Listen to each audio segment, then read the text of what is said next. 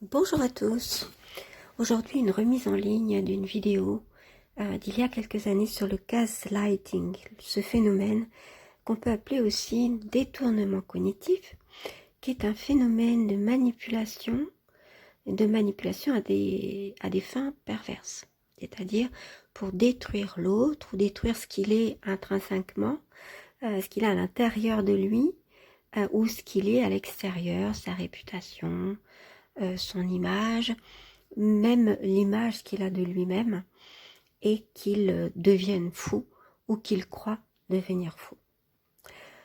Alors, ce phénomène, évidemment, à la lumière des événements d'aujourd'hui, donc à l'heure où j'enregistre cette vidéo, nous sommes au mois de décembre 2020.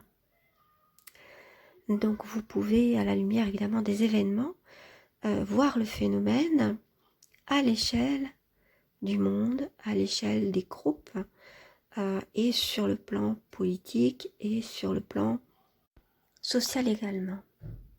Alors ce phénomène fonctionne avec les faux-semblants, avec le dissimulé et simulé, donc la dissimulation, la simulation,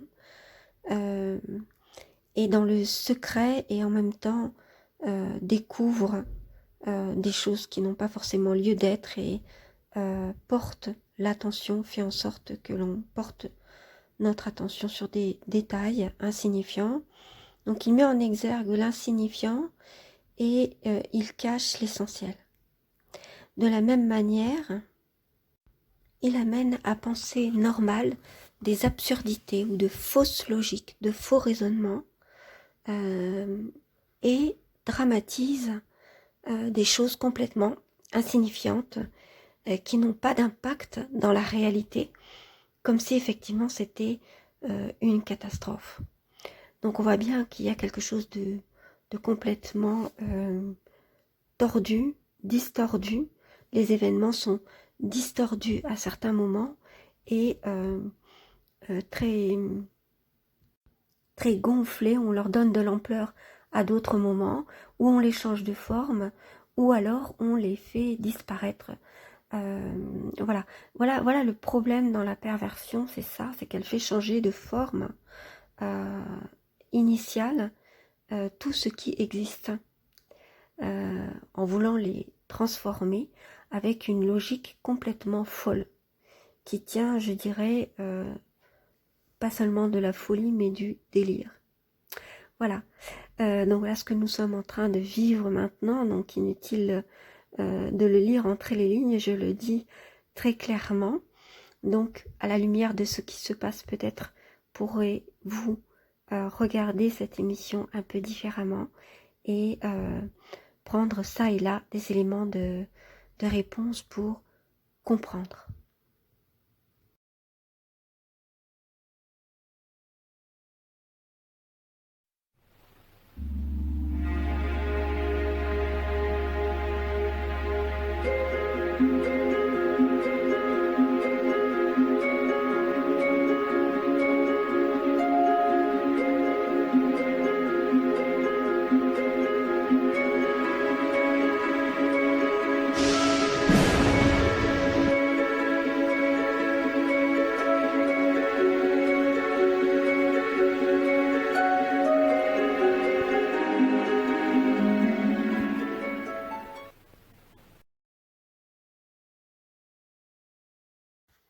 Bonjour, c'est PN Théorie. Alors je reviens vers vous pour la remise en ligne de la vidéo qui s'appelait à l'origine Gaslighting, qui explique justement le processus de gaslight, c'est-à-dire du décervelage, qui permet de comprendre justement le processus d'inversion des situations, de retournement de situation, qui permet de comprendre comment ça se fait qu'on arrive à en croire, à se croire coupable en fait de situation, responsable. Comment est-ce que ce retournement de situation, à la fois dans notre psychisme et par rapport au niveau juridique, par exemple, ou de l'entourage, comment est-ce que ça fonctionne? Comment est-ce qu'il en arrive à ça? Généralement, c'était assez confus, on n'avait pas d'explication réelle et les victimes n'arrivent pas à s'exprimer sur le sujet parce que elles sont trop dans la confusion, ce qui est provoqué d'ailleurs par la manipulation et par l'emprise. Et donc oui, on a beaucoup de mal à en parler, donc effectivement, on n'arrivait jamais à comprendre. Et évidemment, si on n'arrive pas à comprendre, on ne peut pas l'expliquer à d'autres. Et là, effectivement, vous allez certainement pouvoir souffler et comprendre un peu comment ça fonctionne. Donc je vous laisse et je vous souhaite une bonne écoute. À très bientôt pour une prochaine. Cette vidéo va traiter du gaslighting ou gaslight. Qu'est-ce que c'est que le gaslighting? C'est un processus qui veut dire éclairage au gaz en anglais. Donc ça nous vient d'un film qui est sorti dans les années 40. Vous pouvez aller voir sur internet ce que c'est que ce film qui retrace l'histoire d'une femme qui justement s'est fait complètement manipuler. Alors on peut traduire aussi ce phénomène par... c'est une sorte de lavage de cerveau, en gros, si vous voulez savoir en gros. On pourrait dire aussi retournement du cerveau, si on voulait imaginer les choses. Donc, en tout cas, ce mot nous permet de mettre un mot sur une certaine forme d'abus mental qui est extrêmement difficile à décrire. Et c'est vrai que souvent les victimes, vous qui écoutez cette vidéo, peut-être avez-vous été victime, très certainement, en tout cas si vous êtes victime de harcèlement ou de ce qu'on appelle, si vous intéressez au phénomène des pervers narcissiques, vous allez vous retrouver certainement dans ce processus. Donc cette vidéo a pour but de vous expliquer le processus afin que vous puissiez l'identifier, que ce soit parce que ça vous est arrivé, ou l'identifier à l'avenir. Et puis savoir exactement, une fois qu'on connaît, qu'on peut l'identifier, on sait comment on va pouvoir solutionner les choses, comment on va pouvoir y remédier. On ne va plus être dupe. Et c'est la première étape pour s'en sortir. Alors pourquoi c'est difficile à décrire? Parce que quand ça nous arrive, on a du mal à identifier tous les petits détails qui ont fait que on s'est mis à avoir une certaine perception des choses qui ont orienté notre façon de penser jusqu'à nous faire croire que la cause de tout ça, c'était nous.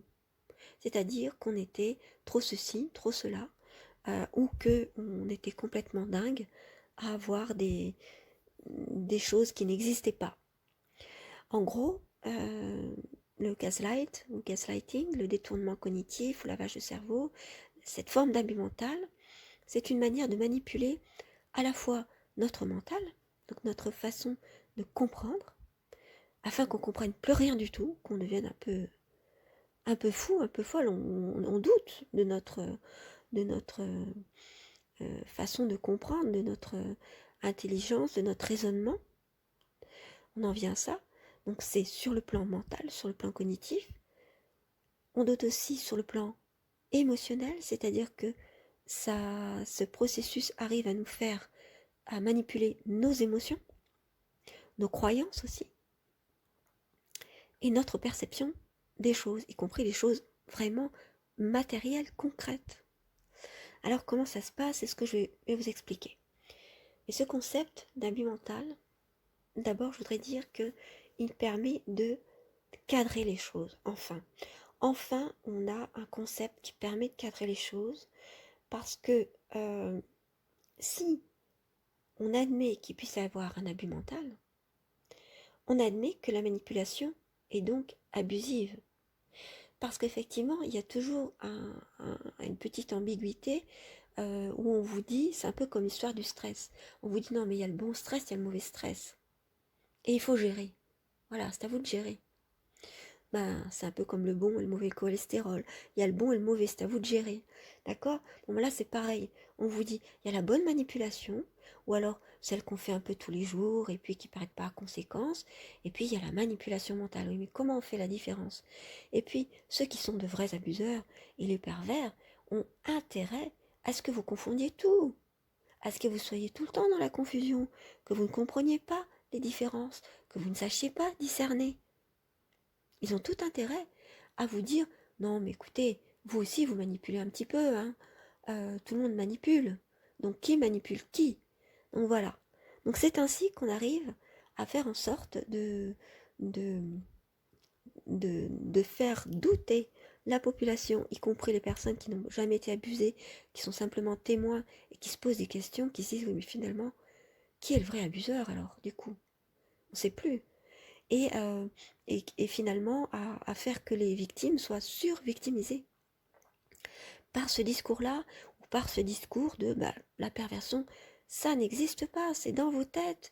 Les pervers narcissiques n'existent pas. Tout ce qu'il existe, c'est des personnes qui font tout pour provoquer, euh, euh, pour faire en sorte qu'elles se fassent abuser, pour pouvoir après aller se plaindre. Ce sont elles les vraies perverses. Ces personnes-là, qu'elles soient hommes ou femmes, bien sûr.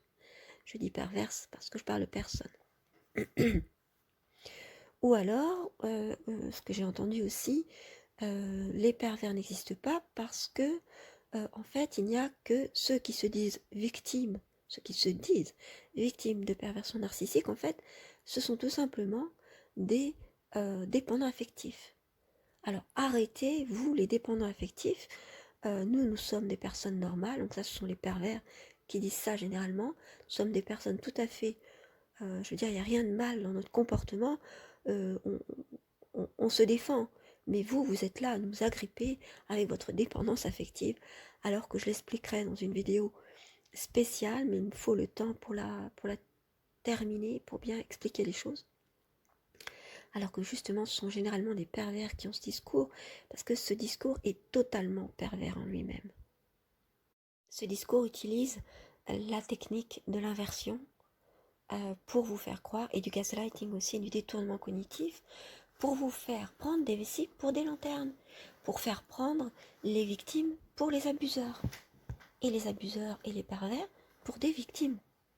Voilà, donc on est dans une inversion cognitive pour vous faire croire les choses, en abusant, en manipulant vos émotions, votre croyance, votre perception, et en abusant votre mental, votre façon de raisonner.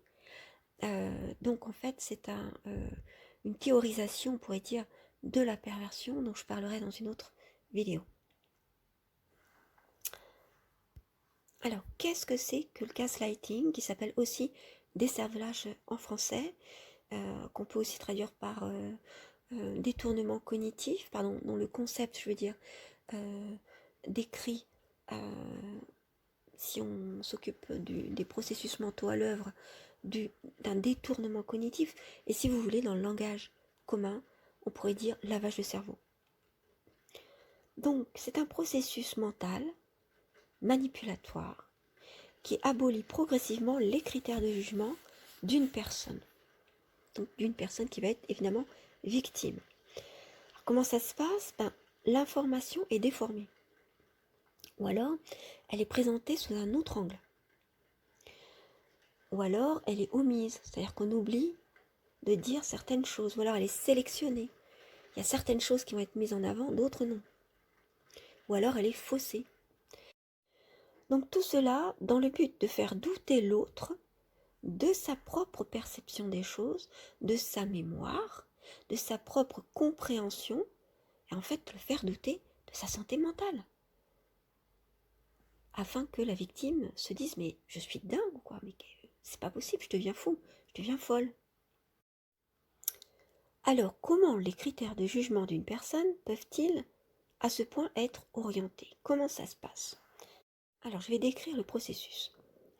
La première étape, c'est le doute.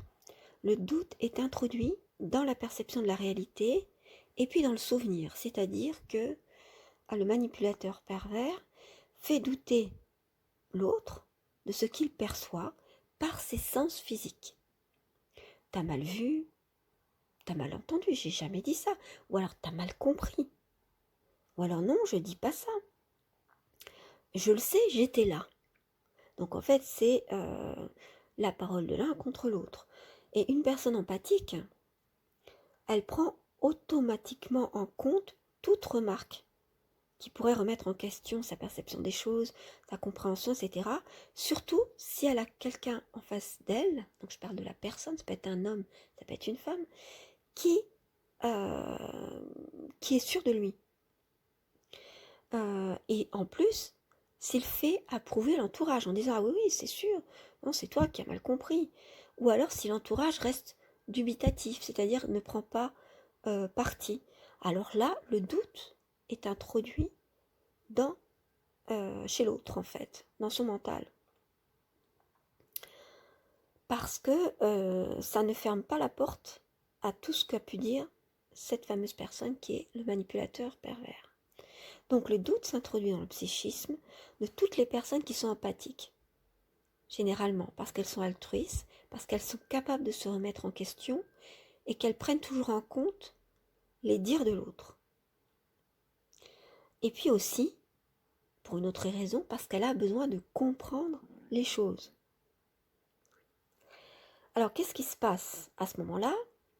Donc le manipulateur pervers présente une autre version de ce que l'empathique a perçu. Cette version, elle est contraire à ce que cette personne, cet homme ou cette femme empathique a compris. C'est pourquoi comprendre devient alors pour celui qui a besoin d'un ancrage dans le sens, et Dieu sait si c'est le cas pour les personnes empathes, si important. Tu te dis, mais enfin je comprends pas, qu'est-ce qui s'est passé? Qui a dit quoi? Et c'est ce besoin de comprendre, en fait le besoin de confronter ces dires, les dires du manipulateur pervers avec ses propres perceptions à elle, à la victime, qui va faire que elle va se mettre à interroger d'autres personnes pour essayer de comprendre. Ça va prendre beaucoup de temps, beaucoup d'énergie en fait. Et au final, la personne empathique finit par croire le manipulateur pervers. Pourquoi? Par la simple raison qu'elle ne voit pas pourquoi il aurait menti.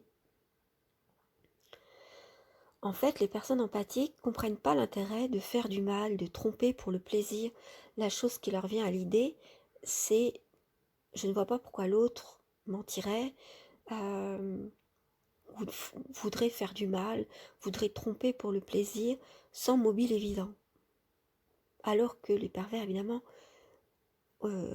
agissent comme ça. Ils savent très bien que la perversion existe, puisque c'est ce qu'ils font, et ils savent très bien qu'on peut agir sans mobile. Les personnes empathes ont une croyance dans l'humanité de l'être humain. Et si enfin ces personnes empathes parviennent à admettre la malveillance de quelqu'un, elles n'arrivent toujours pas à comprendre le pourquoi de la perversion et du mal. Et c'est cette non-compréhension, en fait, qui pousse les personnes empathes et qui deviennent donc ensuite victimes, qui sont abusées, en fait, qui les pousse à trouver plausible ce que l'autre lui dit et donc à douter de ses propres perceptions. Alors surtout qu'en plus, le pervers narcissique, lui, n'a aucun doute. En tout cas, il se présente comme tel. Pour lui, il n'y a que lui qui est dans le vrai, et l'autre, l'empathique, qui est sa proie préférée généralement, se trompe forcément. Donc toutes ces certitudes impressionnent la personne empathique. C'est la deuxième raison pour laquelle elle préfère se conformer à la perception de celui qu'elle ne sait peut-être pas être un manipulateur pervers. Or justement, comme elle le fait sans être convaincue vraiment, et en se demandant si elle se fait avoir ou non, parce qu'il y a quand même un doute, vous voyez, elle est en colère, il y a une colère quand même sous-jacente contre son impuissance à lui répondre. Et c'est cette colère, en fait, qui va faire que c'est un premier pas vers la dévalorisation de soi. C'est-à-dire que la victime commence à se trouver faible, à ne plus se faire confiance, à ne plus faire confiance à ses sens physiques, c'est-à-dire à ce qu'elle a entendu, ce qu'elle a vu, ce qu'elle a touché, ce qu'elle a compris, et à ses ressentis. Elle se dit, bon, j'ai senti ça, mais bon, je dois me tromper. Petit à petit, en fait, parce que c'est répété. Et sous diverses formes, à divers moments, et souvent quand la personne est assez faible, ou alors à des moments, comme j'expliquais, où elle est surprise, où elle a d'autres choses à penser, et tout cela fait effraction dans son mental, alors qu'elle est en train de faire autre chose, donc elle se dit oui, bon, peut-être, oui, bon, et puis elle continue son travail, ce qu'elle est en train de faire, ou la conversation, etc. C'est souvent introduit à des moments où justement elle est affaiblie par des petites failles. Donc le doute concernant la mémoire, c'est aussi un autre levier qui est utilisé dans la manipulation perverse. Tu perds la mémoire. Donc le manipulateur pervers accuse l'autre de perdre la mémoire pour justifier qu'il n'aurait jamais dit telle chose, ou bien au contraire, qu'il avait bien demandé telle chose, mais que c'est vous, que c'est donc l'autre, qui a oublié. Et du coup, elle ne sait plus, vous ne savez plus si vous devez vous en tenir à ce dont vous vous rappelez, ou bien si vous devez croire celui qui vous dit que les choses se sont passées autrement. À force, vous ne savez plus en gros ce que vous avez fait, ce que vous avez vécu, ce qui s'est passé ou pas, tellement l'autre, c'est-à-dire souvent le manipulateur pervers, vous aura lavé le cerveau. Vous pouvez même avoir de faux souvenirs et penser réellement avoir fait ou dit telle chose dans un certain contexte de confusion, tellement que en fait votre esprit est complètement embrouillé, surtout si le manipulateur embrouille à la fois tout ce qui est de l'ordre du mental avec des émotions de manière répétée. En vous disant, mais t'es fou, mais t'as pas compris, non mais t'as un problème, etc. Donc vous voyez, il y a des émotions, c'est-à-dire que vous êtes pris pour un imbécile, pour une imbécile. Et donc en fait, tout ça, c'est embrouillé, et finalement, vous n'arrivez plus à réfléchir. Donc ça, c'est la première chose, c'est l'introduction du doute. Deuxièmement, l'attaque de l'identité de l'autre, c'est-à-dire l'attaque de votre identité, de ce que vous êtes en tant que personne. Comment ça se passe? Grâce à la brèche du doute, qui est instillée en fait par petites touches, répétées, la confiance en soi de l'autre est sérieusement ébranlée. Surtout si l'entourage est fasciné par ce manipulateur pervers et qu'il prend la proie, c'est-à-dire qu'il vous prend, vous, ou quelqu'un d'autre dont vous êtes témoin, comme un bouc émissaire qui disqualifie l'autre, voire que cette personne ou vous-même, vous disqualifiez vous-même. Par le biais de cette brèche, laissant ouverte la porte d'accès au psychisme de l'autre, parce que par cette brèche, c'est le psychisme qui est ouvert, qui est exposé, en fait, le manipulateur pervers instille cette fois, une fois que tout ça est bien ouvert, que le doute est bien instillé, une certitude. Quelle certitude? Celle de votre insuffisance. C'est-à-dire que, sur une base où tout est remis en question, ou alors tout peut l'être, il peut alors, ce pervers, le pervers peut définir lui-même sa proie, c'est-à-dire que c'est comme ça qu'il va vous définir. Parce qu'il a instillé dans votre esprit le doute, qu'il va réussir à vous définir. Par le prisme de quoi? C'est-à-dire il ne va pas vous définir comme quelqu'un de magnifique, de merveilleux. Il peut le faire et puis tout à coup vous descendre. Mais ça va être surtout le prisme de la dévalorisation, de l'incapacité, de la dysfonction. Mais c'est pas normal ce qui t'arrive. Mais il y a un problème, mais tu as réfléchi à est-ce que tu as consulté, des choses comme ça, voyez un petit peu. Ou alors de l'anormalité, de la pathologie. Bref, la proie, devenue victime, à force de se voir traitée comme une incapable, comme un incapable, comme un imbécile, comme une imbécile, comme anormal, comme fou, comme folle, finira par croire qu'elle est incapable. Donc vous allez finir par croire que vous êtes incapable, fou, imbécile, etc. Et vous allez douter de votre santé mentale. C'est alors que tout de votre identité est alors attaqué.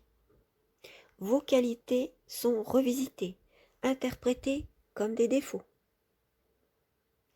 La référence étant le manipulateur pervers. La référence, c'est lui qui sait. Comme s'il était omniscient et qu'il savait mieux que quiconque ce qui est le mieux, la vérité, la référence en gros. Et ça va être des « mais tu es trop sensible, mais tu t'emportes trop vite, mais tu prends tout à cœur ». L'accusation d'une perte fonctionnelle, en tout premier lieu, c'est la mémoire, liée au mépris exprimé par des non-dits, par un langage non verbal, c'est-à-dire des expressions faciales, lever les yeux au ciel, faire un signe de mépris, des signes d'agacement. En fait, ça met la proie sous tension. Et le manipulateur pervers manipule ainsi vos perceptions, les perceptions de l'autre, ses pensées. Il les paralyse même et il oriente tout cela pour que vous adoptiez son raisonnement. C'est ainsi qu'après avoir semé le doute, après avoir eu accès à votre psychisme, vous avoir fait croire qu'en fait vous avoir fait douter de vous-même, vous avoir fait croire que vous étiez insuffisant, insuffisante, qu'il y avait quelque chose qui n'allait pas chez vous, il va faire tout pour que vous intériorisez sa propre pensée, la manière dont il vous aura défini. C'est-à-dire que vous pensiez que tout est de votre faute, que vous vous disqualifiez vous-même, que vous pensez que décidément vous êtes trop sensible, vous avez un problème, vous êtes peut-être dépendant ou dépendante affective, etc. Vous allez vous culpabiliser. En fait, il manipule vos émotions et en maniant les leviers de la peur, de la culpabilisation, vous avez peut-être peur de tomber malade ou de devenir dingue. Tout ça est confus dans un contexte où, parce que ce sont des moments où vous êtes fatigué, etc., vous allez vous disqualifier vous-même. Dans le langage courant, vous allez dire ah oui, je suis bête, n'importe quoi, mais je suis nulle, moi, etc. Ça n'a l'air de rien, mais à chaque fois que vous répétez ces phrases, même si ça vous semble anodin dans le langage courant, en fait, vous savez très bien que vous confirmez cette idée dans votre psychisme que vous l'êtes, que vous êtes insuffisant, que vous êtes bête, que vous êtes nul, etc. Que vous êtes nul, etc. Homme ou femme, bien sûr. Finalement, vous allez en venir à réellement perdre la mémoire. Effectivement, réellement. Ou à perdre les pédales, ou à péter un plomb. Oui, vous allez y arriver. Certainement, du fait que le manipulateur pervers fait tout pour que ce soit le cas. Il s'agit donc bien de la conséquence d'un acte malveillant, du fait que c'est parce que on a provoqué cela chez vous. En vous faisant douter, en jouant avec vos émotions, en jouant sur le levier de la peur. Il ne s'agit pas de la cause, c'est-à-dire ce n'est pas parce que vous êtes insuffisant, etc., que vous êtes victime, mais c'est parce que vous avez été victime qu'il a manipulé, il ou elle, ça peut être un homme ou une femme perverse, bien sûr, qui aura utilisé tous ces actes malveillants, qui sont des actes purement pervers, parce qu'ils sont faits par volonté de faire du mal à l'autre. On voit bien ici qu'il y a le choix de faire du mal, puisqu'il y a une stratégie qui est menée à son terme en jouant sur les émotions. Et là, il essaie de vous faire croire, et il va essayer de vous manipuler tout le monde autour, y compris le corps médical, pour faire croire que c'est parce que, par exemple, si vous en arrivez à déprimer, à faire une dépression, c'est parce que vous êtes déprimé ou en dépression que vous pensez que effectivement l'autre est un pervers ou qu'il vous arrive telle et telle chose, et non pas parce que vous avez été agressé, alors qu'en fait c'est parce que vous avez été agressé de manière perverse que vous en venez à devenir effectivement, par exemple, à faire une dépression. Ainsi tout est inversé. La conséquence de cette provocation devient dans votre esprit, dans l'esprit des gens alentours, la cause. C'est donc que vous êtes coupable. Et c'est comme ça que vous allez voir les choses. Donc en fait, vous voyez comment le manipulateur pervers embrouille littéralement l'esprit de l'autre, votre esprit, l'esprit de sa proie, et qu'en fait, vous ne savez plus où est la réalité. Alors, ensuite, je vais parler de la pédagogie noire, c'est pour ton bien, qui est le troisième point.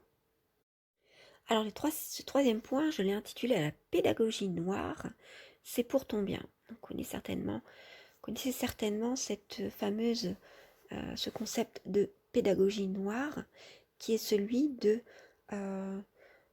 l'allégation au bien de l'autre. Je fais ça pour ton bien. Alors, qu'est-ce qui se passe? C'est que le manipulateur pervers, par ce biais du fameux détournement cognitif, après vous avoir fait douter de vous-même et à faire en sorte que vous soyez pratiquement persuadé ou que vous doutiez fortement et qu'au fond de vous-même vous soyez persuadé d'être la cause de tout ce qui se passe, que c'est vous qui êtes insuffisant ou insuffisante, c'est vous qui avez un problème en gros, d'accord? Eh bien, il s'agit d'une autre partie particulièrement perverse qui consiste, après avoir provoqué cette insuffisance donc, ou l'inventer, ou vous avoir persuadé que vous étiez insuffisant, que vous aviez un problème, sous-entendu mental, eh bien, à vous proposer une aide ou un soutien. En gros, je suis le docteur, viens là, je vais pouvoir t'aider, mon pauvre, ma pauvre. C'est par exemple le manipulateur pervers qui veut se faire le psy de sa victime. Raconte-moi, je vais tout interpréter, je te guide, je connais moi, je sais ce qui se passe. Je peux t'aider, je vois à quel point tu es mal.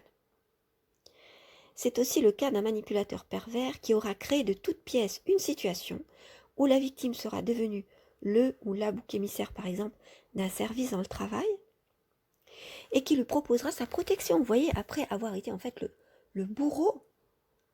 Mais comme l'autre, vous peut-être, ou la bouc émissaire, ou le bouc émissaire, n'identifiera pas le pervers narcissique comme étant à la source de cette agression, elle va au contraire l'identifier comme quelqu'un qui lui en vient en aide, parce que c'est ce qu'il va lui dire.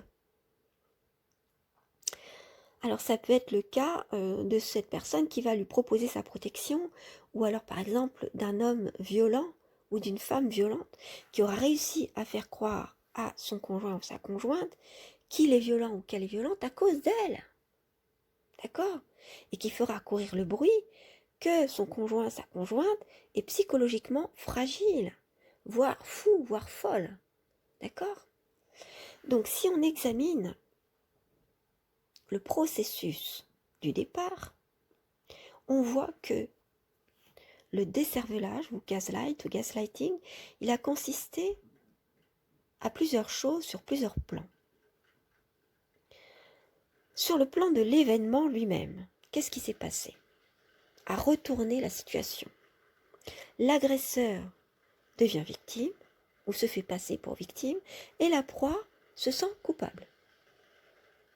Donc il a provoqué un retournement de cerveau d'une personne, souvent empathique, afin qu'elle se sente coupable et responsable de la situation. Le fait de perdre la mémoire, par exemple, soi-disant, ou d'être devenu bouc émissaire, ou encore d'être battu. Sur le plan psychique, le gaslight ou décervelage a provoqué une destruction, une altération très forte du psychisme d'une personne. C'est-à-dire que l'organisation psychique, la cohérence, l'originalité de la personne, ses qualités, tout ce qu'elle est, va être fortement altérée. Elle ne saura plus qui elle est. Il y a un problème dans l'identité. On ne sait plus quand on est victime à ce point-là, on ne sait plus rien. On ne sait plus comment les choses s'organisent, on ne sait plus qui on est exactement. Ça peut aller jusqu'à ce point-là quand c'est fortement, quand c'est répété et puis qu'on ne peut pas prendre les choses à temps. Évidemment, ça va provoquer un épisode dépressif, voire un suicide. Donc la victime a généralement honte de ce qu'elle est. Elle se sent coupable de tout ce qui va mal. Elle vit dans l'hypervigilance, n'a plus de spontanéité, elle est toujours hypervigilante, c'est-à-dire qu'elle a tout le temps peur de ce qui va se passer, elle peut sursauter au moindre bruit, on est dans le stress post-traumatique. La joie a disparu, ou alors la joie se vit de manière coupable, comme si elle n'était pas méritée. On se pense une mauvaise personne. On en arrive à cette croyance qu'on est une mauvaise personne, surtout si ça rebondit, si ça fait écho, si ça fait résonance avec des traumatismes qui ont été subis durant l'enfance ou à d'autres moments. Donc ça, c'est sur le plan psychique. Donc il y avait le plan de l'événement, le plan psychique. Sur le plan relationnel, le gaslighting ou décervelage a permis d'instaurer un phénomène d'emprise ou de dépendance affective à l'autre. voyez bien que c'est une provocation, que c'est une conséquence, cette dépendance affective, que peut-être qu'il y avait une dépendance au départ, mais ça, je le redirai dans une vidéo sur les fameuses dépendances affectives et ce fameux la perversion n'existe pas. Les victimes sont en fait, soi-disant victimes, ce sont des dépendants affectifs. En réalité, les pervers sont de grands dépendants, mais pas affectifs, il n'y a pas d'affection chez eux. Ce sont des dépendances sexuelles, des dépendants, dépendants au conflit, dépendants à l'autre, à la présence de l'autre, à avoir toujours un bouc émissaire sous la main. Donc ils sont aussi dépendants que vous. C'est une interdépendance qui se joue. Mais d'un côté, vous cherchez l'affection, vous cherchez l'amour. De l'autre côté, eux, ils cherchent à vous dominer. Donc c'est une dépendance à ces rapports de domination et à l'autre. Voilà, une dépendance à la violence, une dépendance à tout ça. Donc c'est complètement différent, cette dépendance. Et elle est mise sur le même plan. Et par les gens qui ne vont pas aller chercher midi à 14 heures, qui vont pas trop comprendre ce qui se passe, ou qui ne veulent pas trop savoir parce que ça leur fait peur, eh bien ils vont se dire, oui, bon, les victimes sont dépendantes aussi. Et voilà ce qui fait qu'en fait, ce phénomène est complètement nié, est complètement galvaudé, est complètement écrasé même. Alors veuillez m'excuser pour le bruit, il pleut beaucoup, et comme je suis sous les toits, eh bien, ça fait pas mal de bruit. Donc sur le plan relationnel, je disais, ça contribue à instaurer un phénomène d'emprise, de dépendance affective à l'autre, qui ne se vit plus sur un mode égalitaire, mais sur une recherche de protection, voire de soumission par peur des relations. Alors, je vais m'expliquer. La victime, c'est-à-dire vous peut-être, en vient à avoir peur des autres. C'est une conséquence, je le rappelle. Son système de fonctionnement face aux autres est alors déformé. C'est-à-dire que c'est une personne, après qu'elle ait été agressée, mais qu'elle n'ait pas compris ce qui s'est passé, qu'elle n'ait pas identifié non plus l'agresseur comme étant l'agresseur, puisque elle le pensait comme étant quelqu'un qui l'aide, puisque c'est comme ça qu'il s'était présenté. Eh bien, elle va se mettre à avoir peur des autres et à voir les relations que comme des formes de soumission ou alors de recherche de protection. Voilà, elle recherchera dans les relations à être protégée ou alors à se soumettre. Voilà, donc elle est complètement...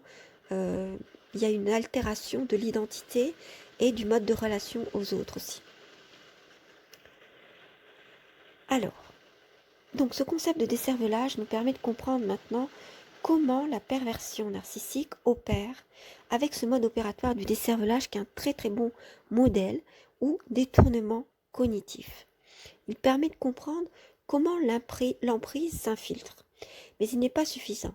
Il existe aussi en complément d'autres formes de manipulation que j'expliquerai, que je vais lister maintenant. Il y en a énormément, mais j'ai essayé de faire des catégories pour vous en expliquer afin que vous puissiez les repérer. Et c'est grâce à toutes ces manipulations des émotions, manipulation de la perception, manipulation cognitive, manipulation aussi des autres autour de la victime afin qu'elle se sente isolée, qu'elle doute d'elle-même, que ce phénomène de gaslight va pouvoir se mettre en place. Donc en fait, on comprend avec ce concept de gaslight comment l'emprise s'infiltre. Maintenant, on a ce mode opératoire qui peut nous servir de modèle. Donc on voit comment l'emprise s'infiltre entre les leviers affectifs, émotionnels et cognitifs, par le doute au départ, jusqu'à l'effondrement de soi. Et c'est lorsque l'autre s'effondre, lorsque vous vous effondrez, que la perversion devient alors apparente.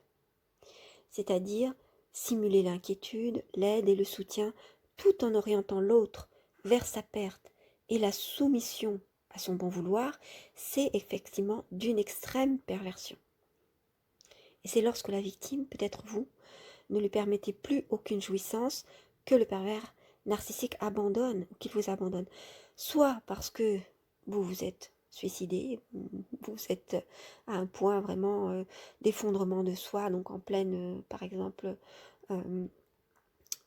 dépression, donc soit parce que vous êtes psychiquement morte, donc que vous ne lui offrez plus aucun jeu, c'est-à-dire que vous n'aurez plus l'énergie de lui résister à ses attaques, lui, à lui ou à elle, hein, qu'il soit homme ou femme, soit parce que vous ne l'admirerez plus assez, que vous n'avez plus d'énergie vitale, parce que, évidemment, l'agression perverse fait aussi perdre toute l'énergie, toutes ces choses, en fait, qui vous rendaient intéressante aux yeux du pervers narcissique. Donc, en effet, au stade où il propose son aide, vous ou la victime l'admirez encore, vous avez encore besoin de lui, de ce qui lui procurait une satisfaction narcissique et sadique, c'est-à-dire il se disait l'autre a besoin de moi, donc vous étiez encore intéressante en tant qu'homme ou en tant que femme pour lui. Mais une fois qu'il n'y a plus rien, vous êtes au stade de la maladie en fait, hein, parce que vous êtes psychiquement complètement effondré. Bah, c'est là que, vous voyez, c'est plus intéressant, hein. Comme le chat qui a finalement tué la souris, et bien finalement, voilà, il s'arrête. Il va voir ailleurs, en gros. Voilà. Donc cette forme d'abus mental, c'est extrêmement dangereux parce qu'il s'agit d'un contrôle du fonctionnement mental, d'un contrôle psycho-affectif d'une personne, l'abuseur, sur une victime. Donc cette forme d'influence, on voit bien qu'elle va beaucoup plus loin que l'emprise, et puis évidemment qu'elle n'a rien à voir avec la simple manipulation quotidienne que l'on peut faire, dont l'enjeu n'est pas si important parce que on ne veut pas, il n'y a pas cette perversion derrière. Voyez? Donc c'est pourquoi les manipulations ne sont pas égales. Pourquoi on essaie de vous faire prendre des vessies pour des lanternes quand on vous parle de manipulation en vous disant tout le monde manipule tout le monde? Non, tout ne se vaut pas. Il y a des manipulations qui ont comme enjeu, comme objectif la perversion, c'est-à-dire faire du mal, réduire l'autre, faire en sorte qu'il soit complètement détruit pour prendre son énergie vitale et puis le réduire à néant. Donc il s'agit en fait d'un conditionnement mental, affectif, émotionnel. Les conséquences peuvent aller jusqu'au suicide, donc c'est grave. Ça peut aller sinon jusqu'à la maladie. Et ce qui est grave, c'est que ces abus mentaux sont minimisés dans la vie courante par les personnes qui le voient, ou alors ignorés par les instances qui sont censées aider. Comme ils sont difficiles à décrire et que la personne, une fois qu'elle est en pleine dépression par exemple, elle ne va pas savoir décrire ce qui s'est passé, elle ne sait pas comment ça a commencé, où est le début, où est la fin. Et ces processus sont souvent ignorés par les victimes elles-mêmes, qui ne pensent pas qu'elles ont été conditionnées, qui se pensent au contraire responsables de la situation, coupables même, de leur propre souffrance. Parce que ça renvoie souvent, il y a eu une faille, ça renvoie souvent à quelque chose qui a été vécu sur un mode traumatique bien avant. En plus d'une insuffisance dans plusieurs domaines, en particulier, elles doutent donc de leur santé mentale. Voilà. Donc voilà comment se passe le gaslighting. Voilà comment est-ce qu'un pervers arrive à vous faire douter de vous-même et à vous faire vous rendre coupable et à inverser les choses, voire à inverser la vie de la société et la vie des gens qui sont témoins de votre entourage sur vous-même. Alors, arrêtez de croire que vous êtes coupable, vous avez tout simplement été victime. On a provoqué tout ce que vous ressentez, toutes les maladies que vous pouvez avoir, enfin tout ce qui est considéré comme maladie, y compris la dépression par exemple, sont des conséquences tout simplement de ce que vous avez subi, et simplement ça peut aussi faire écho à des choses, des traumatismes qui se sont passés, parce que généralement les pervers narcissiques jouent sur un traumatisme qui vous est arrivé auparavant en vous disant mon pauvre, ma pauvre, tu as été malade, il t'est arrivé ci, il t'est arrivé ça, t'as été traumatisé, regarde, je vais t'aider, mais en fait, ils ne veulent pas vous aider, ils veulent au contraire vous achever. Voilà pourquoi ça n'est pas que de la manipulation, voilà pourquoi tout ne se vaut pas.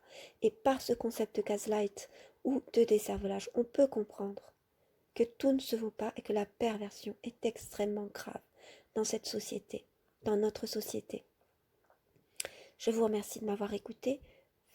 Prenez soin de vous. Alors avant de vous laisser, de terminer la vidéo, je voulais dire quand même que la dernière phase, qui est celle de où le pervers et tente de devenir en fait votre psy n'existe pas forcément dans tous les cas de figure, mais elle peut exister. Elle est effectivement très destructrice. Après, je voulais nuancer aussi un petit peu parce que je dis effectivement c'est très grave. Alors attention, parce que je vois beaucoup de commentaires où on dit mais ce que vous nous dites, c'est effrayant. C'est effrayant comment fonctionne ce pervers narcissique.